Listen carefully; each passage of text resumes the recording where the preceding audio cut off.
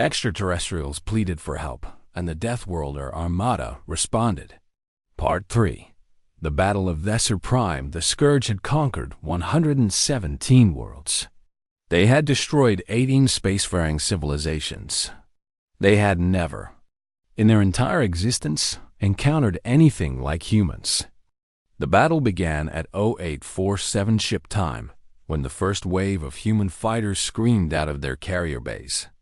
They were small ships, barely larger than the Scourge's own drones, but they moved differently. Where Scourge drones flew in perfect mathematical patterns, human pilots twisted and rolled and dove in ways that seemed almost random. They were not random, they were unpredictable. And for machines that relied on prediction, unpredictable was deadly. Ambassador Kethra watched from the command center on Thesser Prime as the battle unfolded. The humans had given her a direct feed to their tactical network, something that would have been unthinkable for Council species, who guarded their military secrets jealously. The humans didn't seem to care. "Why are your small ships flying so strangely?" she asked Lieutenant Park, the human liaison officer assigned to her. "Those are fighters, ma'am. Each one has a human pilot inside. They're not following a program. They're making decisions in real time, based on instinct and training. But surely that is less efficient than a coordinated computer system." Lieutenant Park smiled. "Efficiency isn't everything, Ambassador. Machines are efficient. They're also predictable. Human pilots can do things that no algorithm would ever. Suggest things that are crazy, stupid, and brilliantly effective." As if to prove his point, a flight of human fighters suddenly reversed course and flew directly at a Scourge capital ship. They were tiny against its bulk, like insects attacking a beast. The Scourge defensive systems targeted them, calculating their trajectories, preparing to destroy them. Then, at the last possible moment, the fighters released their pilots. Tiny figures in armored suits flew free as the empty fighters crashed into the Scourge ship's weapons arrays. The pilots themselves, Marines, Lieutenant Park explained, landed on the ship's hull and began cutting their way inside. They are attacking a ship from the outside? Kethra could not believe what she was seeing. With hand tools? Plasma cutters and determination, ma'am. It's a proud Marine tradition. The Scourge ship began to twist and turn, trying to shake off the tiny attackers. But humans, Kethra was learning, did not shake easily. They clung to the hull with magnetic boots and continued cutting. Within minutes, they had breached the outer armor. Within an hour, the ship was dark and drifting, its central processors destroyed by humans who had crawled through its corridors like parasites. This was not how war was supposed to work. War was supposed to be ships shooting at each other from safe distances. War was supposed to be calculated, measured, civilized. What the humans were doing was something else entirely. It was beautiful and terrible and utterly unstoppable.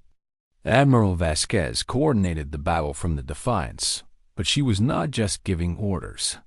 She was adapting, constantly changing tactics based on what the Scourge was doing. When the machines focused their fire on human capital ships, she sent swarms of fighters to distract them. When they tried to overwhelm the fighters, she pulled back and let the big guns tear them apart. When they adapted to one weapon, she ordered her ships to switch to another. "The Scourge are learning," Commander Chun reported. "They're getting faster at predicting our moves. Then, we stop moving the way they expect." Vasquez pulled up the fleet roster, signaled the destroyer squadrons. Time for something stupid. Kethra watched as 12 human destroyers broke formation and accelerated toward the center of the Scourge fleet. They were small ships, fast but lightly armored. The Scourge immediately recognized them as easy targets and concentrated fire on them. The destroyers did not try to dodge. They flew straight and true, taking hit after hit. Their shields failed. Their armor burned, and still they kept coming. "What are they doing?" Kethra whispered. "They will be destroyed." Lieutenant Park's face was pale but proud. "Watch, ma'am." At the last moment, escape pods shot from the destroyers. Hundreds of tiny capsules scattered in all directions, carrying their crews to safety. And the destroyers, now empty, now just missiles with engines, crashed into the Scourge command ships. The explosions were nuclear fire in the void. 12 destroyers became 12 miniature suns, and when the light faded, 30 Scourge command ships were gone. They sacrificed their ships? Not their ships, ma'am. Just metal and circuits. The crews are safe. Lieutenant Park pointed to the escape pods already being collected by human rescue ships. Humans don't waste lives if we can help it. But we also don't let fear of death stop us from doing what needs to be done. The battle raged for 6 hours. 6 hours of constant fighting, constant death, constant adaptation. The Scourge threw everything they had at the human fleet, and the humans threw it right back. Ships exploded on both sides. Lives were lost. But slowly, impossibly, the human fleet pushed forward. The Scourge began to retreat. Kethra could not believe what she was seeing. The machines that had conquered 100 worlds, that had destroyed civilizations older than human history, were running away from a species that had only left its own planet 3 centuries ago. "We're winning?" she asked, afraid to hope. "Not yet." Lieutenant Park's face had gone grim. "Look," the tactical display showed something new. A massive Scourge vessel, larger than anything Kethra had ever seen, was moving into position behind the retreating fleet. It was covered in weapons, but one weapon dominated the others, a huge cannon that pointed directly at Desert Prime. "What is that?" "Planet cracker," Lieutenant Park said quietly. The Scourge used one on the Korthan homeworld 50 years ago. One shot, and the entire planet shattered. Kethra felt her heart stop. All the hope she had gathered over the past hours turned to ice. They had fought so hard, sacrificed so much, and it was all for nothing. The Scourge could not defeat the humans in open battle, so they were going to destroy the thing the humans had come to protect. "Can your fleet stop it?" she asked, though she already knew the answer. "We'll try." Lieutenant Park was already speaking into his communicator, relaying information to the Defiance. "Admiral Vasquez will find a way. She has to." On the bridge of the Defiance, Helena Vasquez stared at the planet cracker with cold fury. She had known this might happen. The Scourge were machines, but they were not stupid. They could calculate the odds as well as any human computer. They knew they were losing the battle, so they were changing the rules of the game. If they could not have the Velothi, no one would. "How long until that weapon is charged?" she demanded. 15 minutes, Admiral. "Can we reach it in time to destroy it?" "Negative. Our ships are too damaged, too scattered. We could get maybe 20% of our remaining fleet there in time." 20%. Not enough to guarantee destruction of the planet cracker. Not enough to save 10 billion innocent people. Alana closed her eyes. She thought of Earth, of her home in the mountains of Colorado, of her daughter, who was too young to understand why Mommy had to go away. She thought of all the human lives that had already been lost today, and all the lives that would be lost in the next few minutes. Then she thought of Velothi. Soft, gentle people who had never hurt anyone. People who had looked at the galaxies. Monsters, and asked for help because they had no other choice. She opened her eyes. "Signal all ships," she said. "New orders. Every vessel capable of movement is to proceed to intercept course with that planet cracker. We will place ourselves between that weapon and Desert Prime." Commander Chun stared at her. "Admiral, if we do that and the weapon fires, then we die instead of them." Helena's voice was steady. "That's the whole point, Commander. We came here to protect these people. That means protecting them with everything we have, including our lives." She opened a fleet-wide channel. "All hands, This is Admiral Vasquez. The Scourge is attempting to destroy the Velothi homeworld. We cannot allow this. I am ordering all available ships to form a defensive barrier between that weapon and the planet. I will not lie to you. Many of us will not survive. But I need you to understand something. She paused, feeling the weight of 3 million lives on her shoulders. This is what we came here for. Not glory, not conquest. We came to save people who could not save themselves. If we die today, we die as heroes. We die knowing that our sacrifice meant something. And we die showing the galaxy that humans protect the innocent, no matter the cost. The responses came flooding in, ship after ship reporting ready. No hesitation, no fear. 3 million humans, ready to give their lives for strangers. The fleet began to move.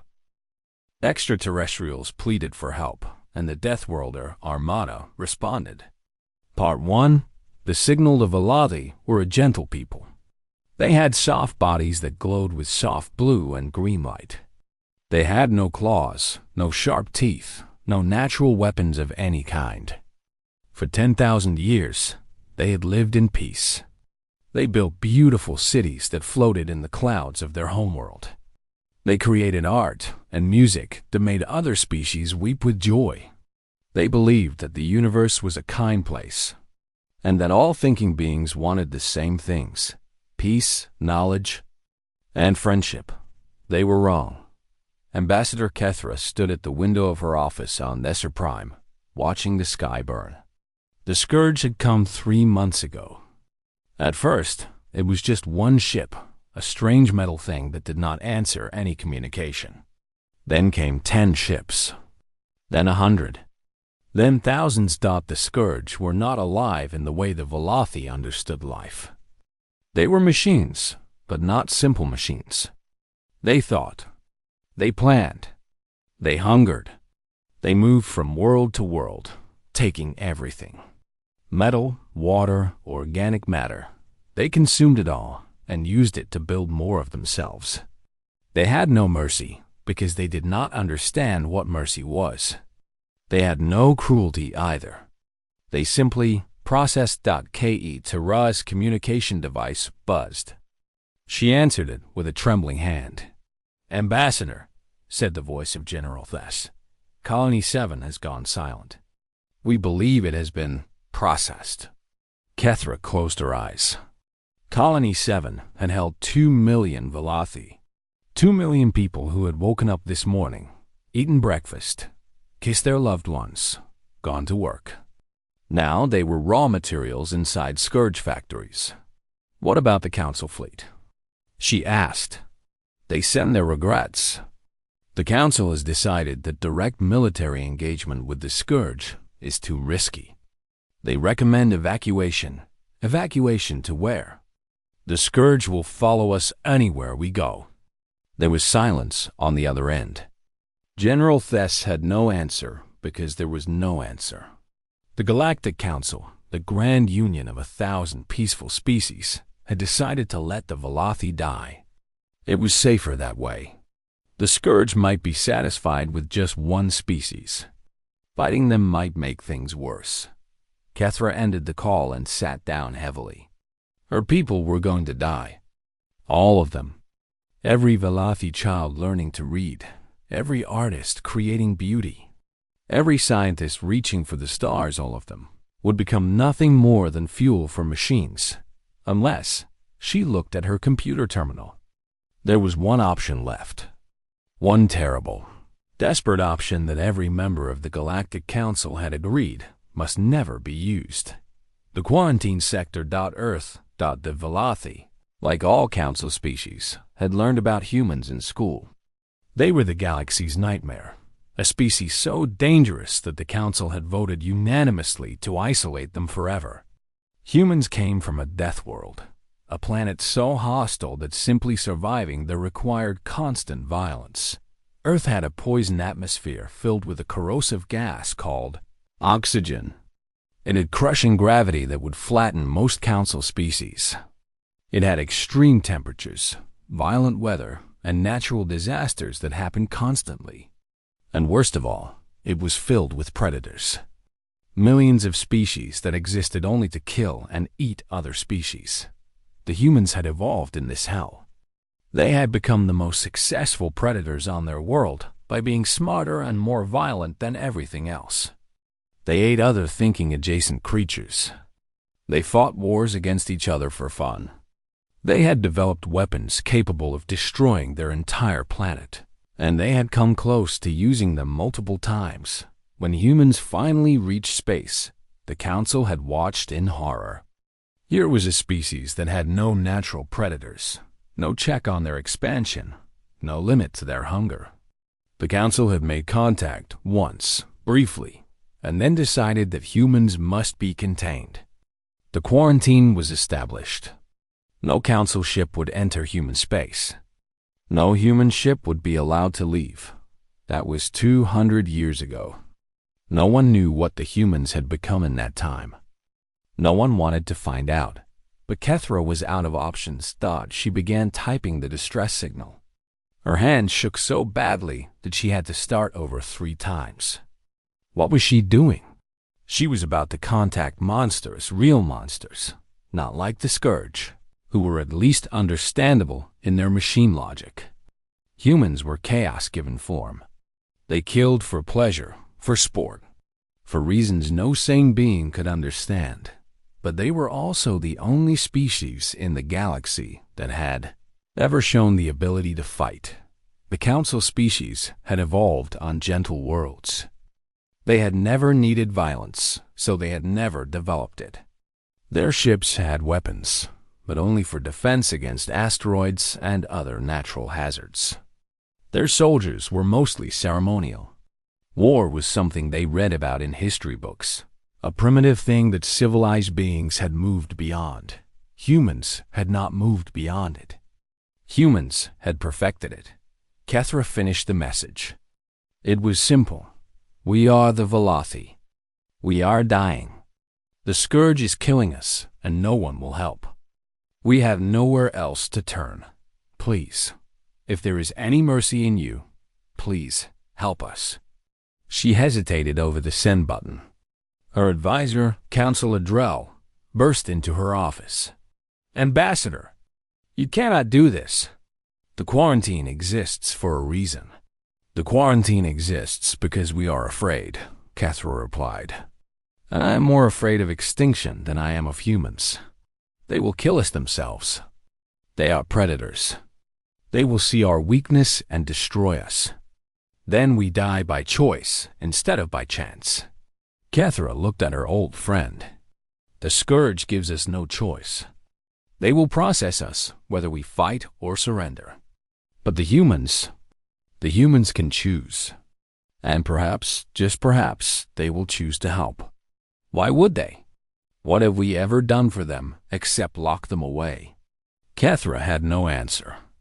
She pressed the button. The signal flew out into space, crossing the vast distance between Velothi territory and the Forbidden Sector. It would take 3 days to arrive. 3 more days of Scourge attacks. 3 more days of colonies going silent. 3 more days of waiting to see if monsters could become saviors. On the 3rd night, Kethra did not sleep. She stood at her window, watching the stars, waiting for an answer she feared would never come. Then her communication device buzzed. Ambassador, said General Thess, his voice strange and shaking. Something is happening. Ships are emerging from the quarantine sector. Many ships. How many? There was a long pause. We stopped counting at 10,000. Kethra's hearts, both of them, stopped beating for a moment. 10,000 ships. 10,000 human warships, coming toward Velothi space. She had wanted help, but this was an invasion force. What had she done? Are they hostile? She whispered. Unknown. They are broadcasting a message. A simple one. What does it say? General Thess read the message, his voice filled with something Kethra had not heard in months. Hope. The message says, We heard you. We are coming. Hold on. Extraterrestrials pleaded for help, and the Deathworlder Armada responded. Part 2. The response. Admiral Helena Vasquez had not slept in 40 hours. She stood on the bridge of the U.S. Defiance, the largest warship ever built by human hands, and watched her fleet emerge from faster-than-light travel. Around her, officers worked at their stations with quiet efficiency. They were professionals. They were soldiers.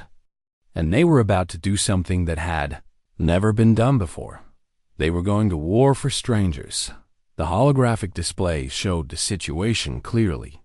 Velothi space was being consumed. Colony after colony had gone dark. The Scourge fleet, if you could call machines a fleet, numbered in the hundreds of thousands.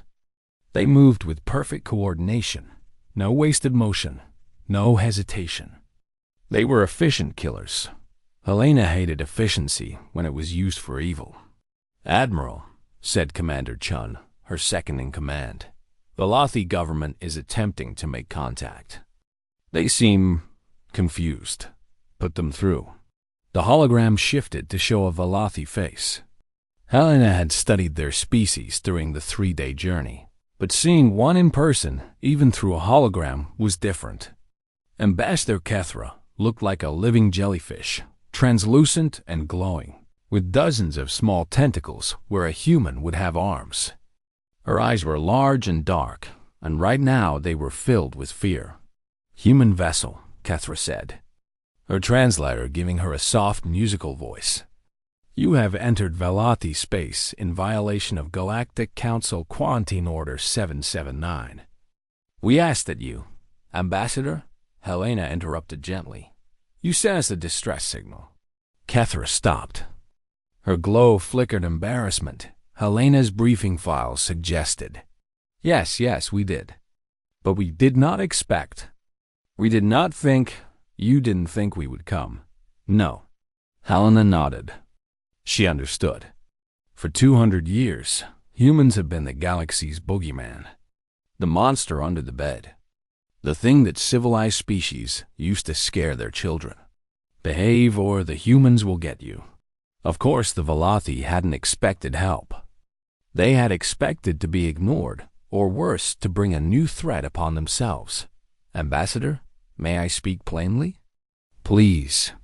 "When we received your signal, it was broadcast across every human world simultaneously.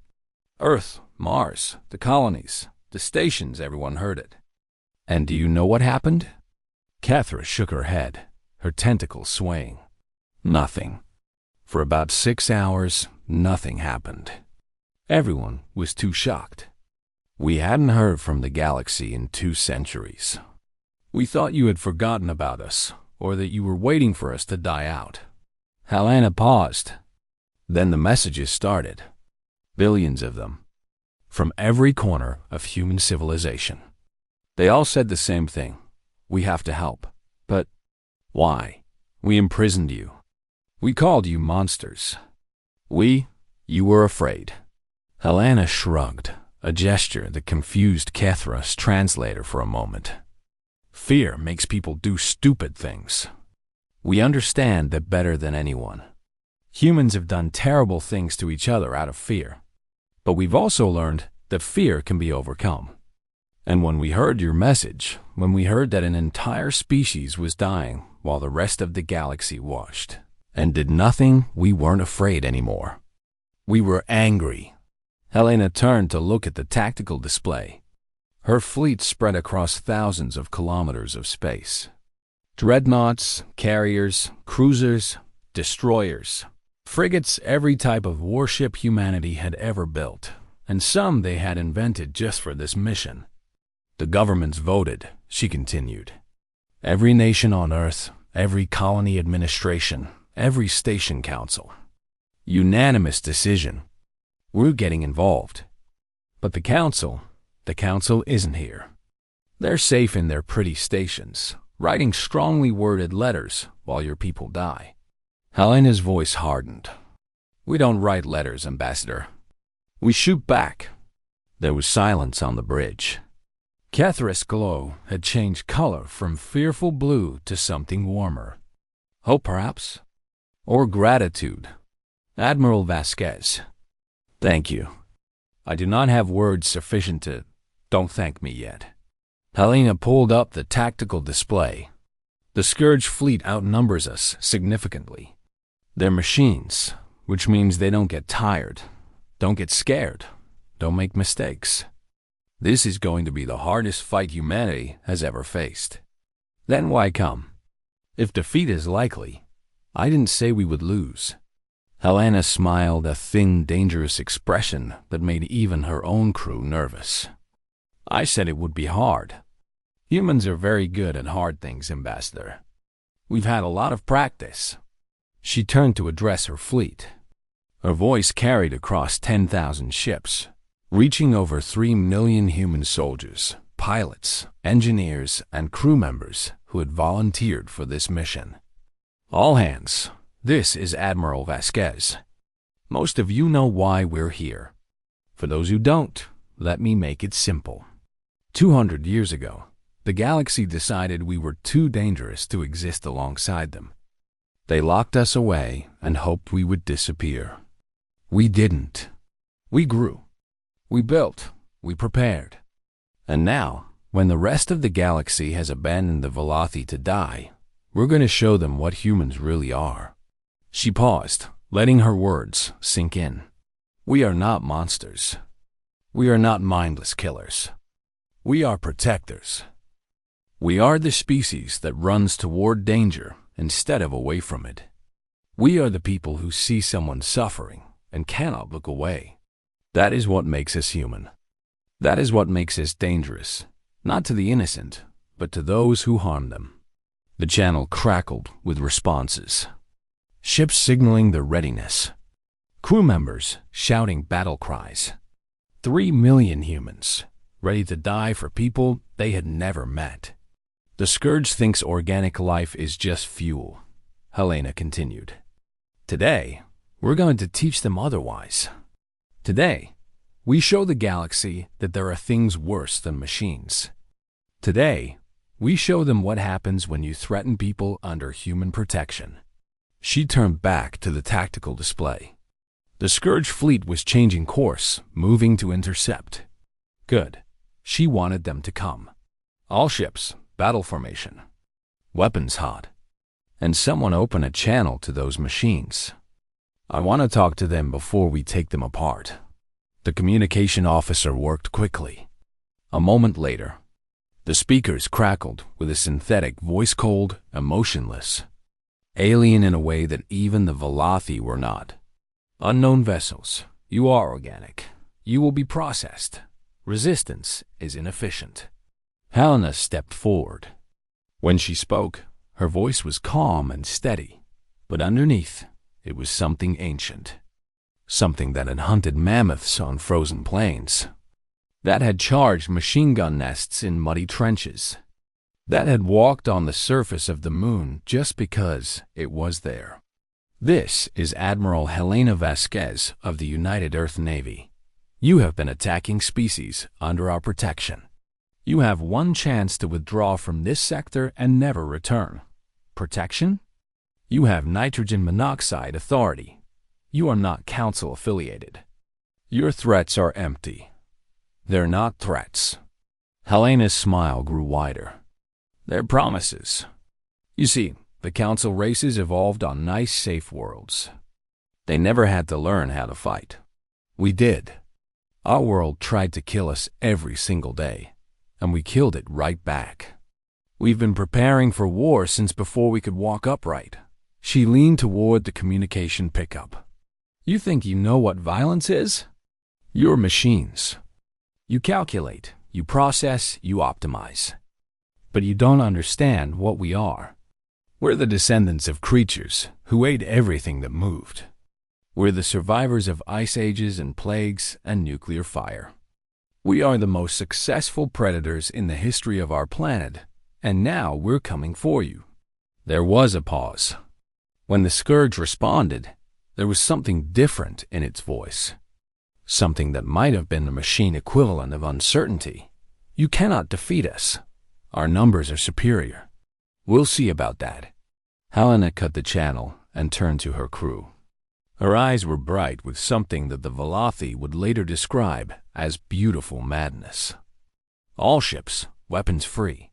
Let's show these machines what Deathworlders can do. Extraterrestrials pleaded for help, and the Deathworlder Armada responded. Part 4. The Shield, the Human. Fleet moved like a wall of steel between the Planet Cracker and Desert Prime. Ships of every size arranged themselves in layers. The smaller ones in front, the larger ones behind. It was not a battle formation. It was a shield, made not of metal but of human bodies and human courage. Admiral Vasquez stood on the bridge of the Defiance, watching the Planet Cracker charge. The weapon glowed with terrible energy, building toward a blast that would shatter a world. Her tactical officers gave her constant updates, but she did not need them. She could feel the countdown in her bones. Admiral, Commander Chen said quietly, the crew wants you to know. They are honored to serve with you. Helena nodded. She did not trust herself to speak. Across the fleet, similar scenes played out. Captains addressed their crews. Friends said goodbye. Some prayed. Some cried. Some laughed, because what else could you do when facing death? But no one ran. No one broke formation. 3 million humans held the line. Ambassador Kethra watched from the surface of Desert Prime, tears streaming down her face. Her whole body glowed with grief, a biological response she could not control. These strangers, these monsters from the Forbidden Sector, were about to die for her people. She wanted to tell them to run, to save themselves, but she knew they would not listen. Humans did not run. The weapon is fully charged, Lieutenant Park reported, his voice barely a whisper. Firing in 30 seconds. Kethra closed her eyes. She could not watch. Then Lieutenant Park made a strange sound, something between a gasp and a laugh. Ma'am! Look! Kethra opened her eyes. 12 new ships were moving to the front of the human formation. They were ugly things, bulky and graceless, nothing like the sleek warships around them. They looked like someone had welded together a dozen cargo ships and added engines. What are those? Shield ships. Park was grinning now, hope flooding his face. Experimental technology. We weren't sure if they would work. We've never tested them in real combat. What do? Watch. The 12 ships spread out in a line. Then, impossibly, they began to unfold. Huge panels extended from their sides, connecting to each other with beams of crackling energy. Within seconds, they had formed a lattice of light, a barrier that covered the space between the Planet Cracker and the human fleet. On the bridge of the Defiance, Helena Vasquez allowed herself a single moment of hope. The shield ships had been her secret weapon, built in hidden shipyards over the past century. No one had known about them, not the Council, not even most of humanity. They were designed for exactly this moment, to stop a weapon that nothing else could stop, but they had never been tested against a Planet Cracker. No one knew if they would hold. The Scourge weapon fired. A beam of pure destruction shot across space, aimed at the heart of Desert Prime. It struck the energy barrier with a flash brighter than any star. The shield ships screamed with strain, their hulls going red, their crews working frantically to maintain power. Shields holding. Someone shouted, "It's working!" But Helena could see the truth on her display. The shields were holding, but they were failing. One by one, the shield ships were burning out, their power cores overloading under the incredible strain. The crews were dying at their stations, refusing to abandon their posts, buying precious seconds with their lives. The first shield ship exploded. Then the second. Then the third. The beam punched through the weakening barrier and struck the human fleet. Ships died. Dozens of them, then hundreds. The beam carved through the formation like a knife through paper, vaporizing everything in its path. Helena felt the defiant shake as nearby vessels exploded, their debris hammering against her hull. "Hold the line!" she screamed into the fleet channel. "Everyone hold the line!" The remaining shield ships poured everything they had into the barrier. 6 left. 5. 4. Each one that died weakened the shield further, but each one that held bought more time. Finally, impossibly, the beam began to fade. The planet cracker had exhausted its charge. The weapon fell silent. Helena looked at her tactical display. Half her fleet was gone. Thousands of ships, hundreds of thousands of lives, all sacrificed in the span of 3 minutes. The shield ships, all 12 of them, were nothing but expanding clouds of debris. But Desser Prime was still there. 10 billion Velothi were still alive. "All surviving ships," Helena said, her voice hoarse. "Target that planet cracker. Everything we have. Fire." The human fleet battered, bleeding, burning open fire. Missiles, lasers, mass drivers, nuclear weapons. Everything that could shoot, shot. Everything that could kill, killed. The combined firepower of Earth's remaining navy converged on the Scourge weapon. The planet cracker tried to retreat. It was too slow. The human weapons found it, tore through its shields, ripped into its hull. Secondary explosions rippled across its surface as human munitions found fuel stores and ammunition magazines. For a long moment the massive ship hung in space, dying by inches. Then it came apart in a bloom of atomic fire. Silence fell across the battlefield. The Scourge fleet, what remained of it, had stopped fighting. The machines seemed confused, uncertain what to do now that their ultimate weapon was gone. They had never faced an enemy willing to die rather than retreat. Their programming had no answer for that kind of madness. Admiral Vasquez leaned against her command chair, exhaustion washing over her. She had won. At terrible cost, but she had won. The Velothi homeworld was safe.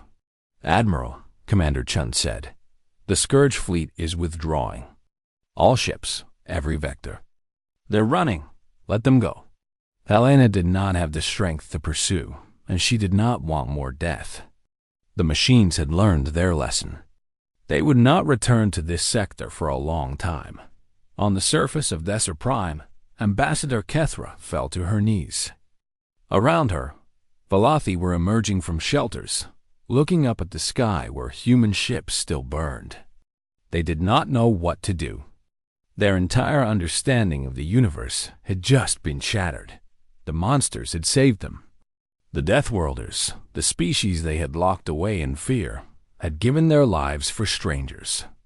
How were they supposed to understand that? Kethra opened a channel to the human fleet. Her voice shook as she spoke. "Admiral Vasquez, I do not. I cannot." Helena's voice came back, tired but gentle. "You don't have to say anything, Ambassador. We knew what we were getting into. But why? Why would you sacrifice so much for us? We never did anything for humanity. We supported the quarantine. We called you monsters. We left you alone in the dark for 200 years. There was a long pause before Helena answered. "When I was a little girl," she said, "my grandmother told me a story. She said that the measure of a person is not how they treat their friends, but how they treat strangers. Anyone can be kind to the people they love. The hard part is being kind to people who have never done anything for you, people who might even have hurt you." Helena paused, and when she spoke again, her voice was soft. "You were afraid of us. We understand fear. We've been afraid of each other for most of our history. But we've also learned that fear can be overcome. And we've learned that the best way to overcome fear is with kindness." Kethra did not understand. Her species had never produced philosophers who thought like that. They had never needed to. "You could have demanded payment," she said. "You could have asked for territory, resources, political power. After what you did today, we would have given you anything." "We don't want anything, Ambassador." We just want to help. But that makes no sense. No species acts without self-interest. It is basic biology. Helena laughed a tired, sad sound. Maybe that's true for most species. But humans are different. We evolved on a world that was constantly trying to kill us.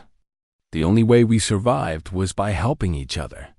Not just our families, not just our tribes, but anyone who needed help. Somewhere along the way, that became part of who we are. We see someone suffering, and we can't just walk away. Cathra thought about that for a long time. Your world made you into monsters, she finally said, but a different kind than we imagined. You are monsters to those who harm the innocent. You are protectors to everyone else. I suppose that's one way to put it. Admiral Vasquez. Thank you. On behalf of all Velothi, thank you. You're welcome, Ambassador. Now, if you'll excuse me, I need to go count our dead. The channel closed.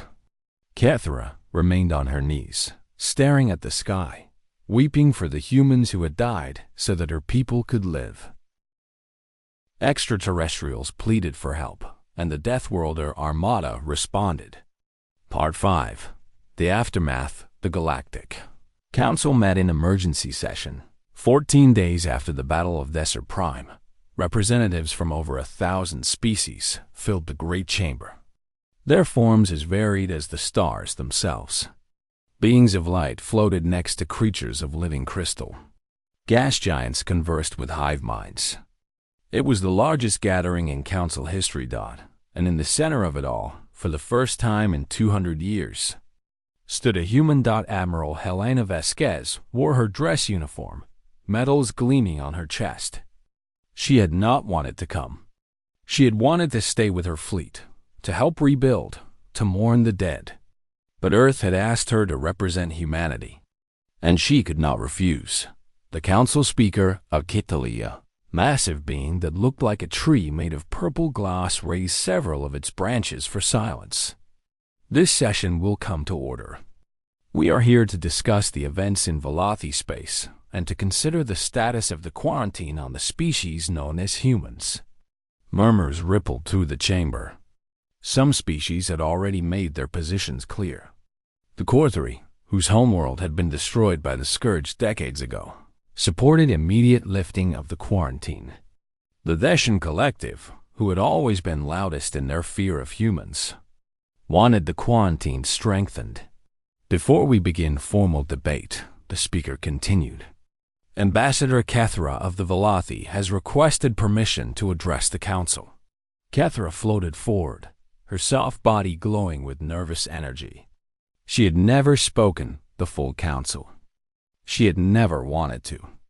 But after what she had witnessed, she knew she had to try. Honored representatives, she began. 14 days ago, my people were dying. The Scourge had consumed 7 of our colonies. Our homeworld was next. We sent messages to this council, begging for help. Do you remember your responses? Silence. Uncomfortable shifting. The Deshan Collective offered prayers.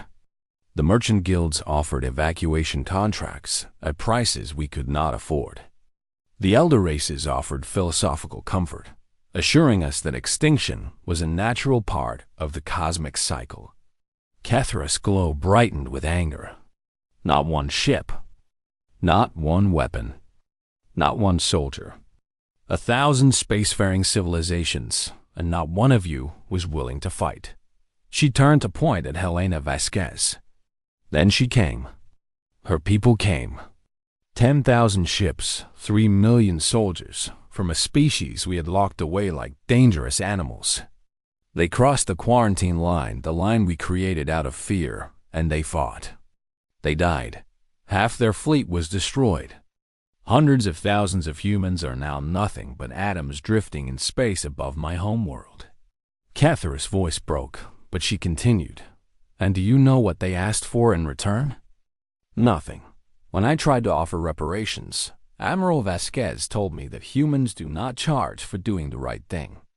When I asked why they came, she said it was because we were hurting and they could help.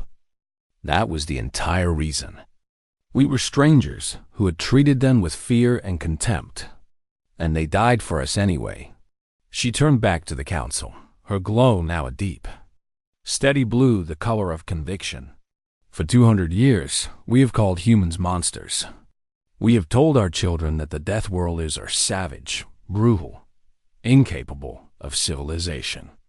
We were wrong. The real monsters are the machines that eat worlds. The real savages are the civilized species who watch innocents die and do nothing.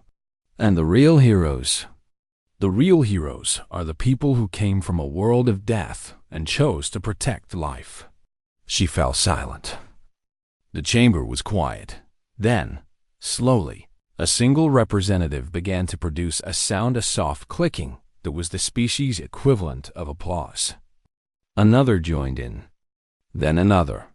Within moments, the entire chamber echoed with the sounds of 1,000 species expressing approval. The council speaker waited for silence, then turned to Helena. "Admiral Vasquez, you have heard the ambassador's words. Does humanity wish to respond?" Helena stepped forward. She had prepared a speech. Her advisors had worked on it for days, but looking out at the assembled aliens, she decided to throw it away. "Honored representatives, I'm not a diplomat. I'm a soldier. So I'm going to speak plainly." She took a deep breath. "You were right to fear us. Humans are dangerous. We evolved on a world that tried to kill us every day, and we killed it right back. We fought wars against each other that would make your worst nightmares seem peaceful. We've invented weapons capable of destroying ourselves 1,000 times over." Some representatives shifted uncomfortably. This was not what they had expected. "But you made a mistake," Helena continued. "You saw our capacity for violence and assumed that was all we were. You didn't see the other side, the part of us that builds hospitals and schools, that runs into burning buildings to save strangers, that gives everything we have to help people we've never met." She gestured toward the Velothi delegation. "We didn't come to Thesser Prime because we wanted something. We came because people were dying and we could stop it. That's the whole truth. Humans can't stand to see innocent people suffer. It's been that way since before we could speak, since we were just animals huddling together against the dark. We take care of each other. It's what we do." Helena paused, choosing her next words carefully. "I know many of you still fear us. That's okay. Fear can be useful. It keeps you careful, keeps you from making stupid mistakes. But I hope that today you've seen something else. I hope you've seen that humans can be trusted, not because we're weak, but because we choose to use our strength to protect instead of destroy." She straightened to her full height. "Humanity is not asking for anything from this council. If you want to maintain the quarantine, that's your choice. We'll go back to our sector and continue building our civilization. But know this, if any species in this galaxy is threatened, if any innocent people cry out for help, humans will answer. Quarantine or no quarantine, we will come. Because that's what we are. That's what we'll always be." She stepped back. The council debated for 3 hours. Species that had not spoken to each other in centuries exchanged opinions. Old alliances shifted. Old fears were examined in new light. In the end, the vote was called. One by one, representatives cast their decisions. The tally grew on the central display, numbers climbing higher and higher. When the final vote was announced, even the council speaker seemed surprised.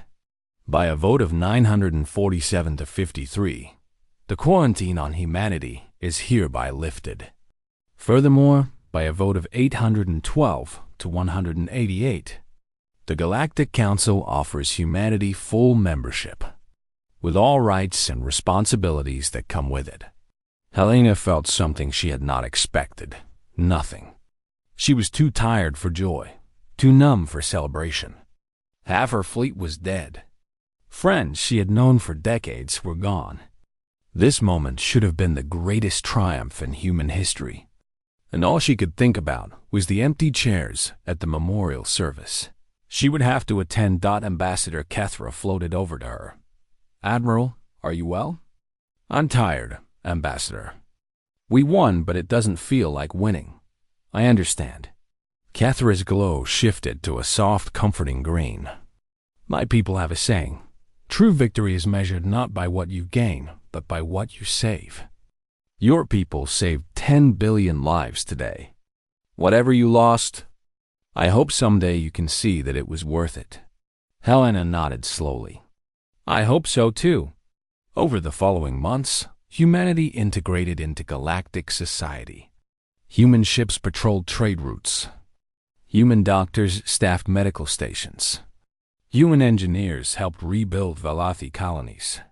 Everywhere humans went, they brought the same strange combination of strength and gentleness that had shocked the galaxy at Thesser Prime.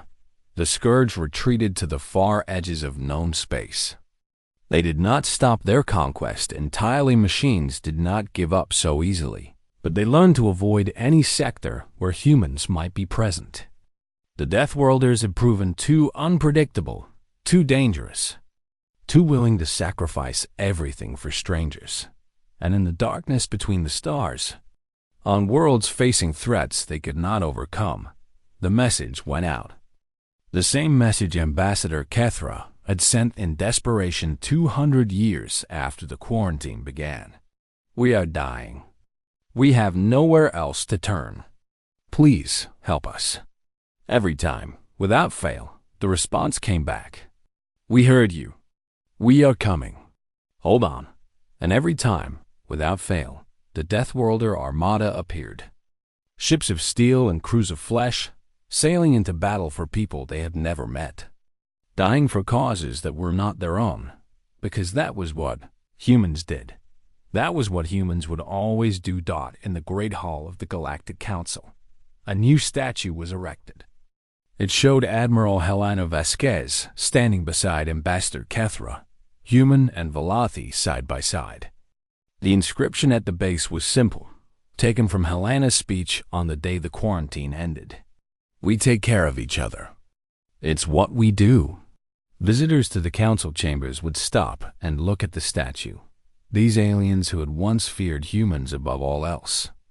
They would read the inscription and think about what it meant. And slowly, over years and decades and centuries, the fear faded. In its place grew something new. Trust. And across the galaxy, in every corner of known space where beings spoke of humans, they no longer whispered of monsters. They spoke of protectors. They spoke of friends.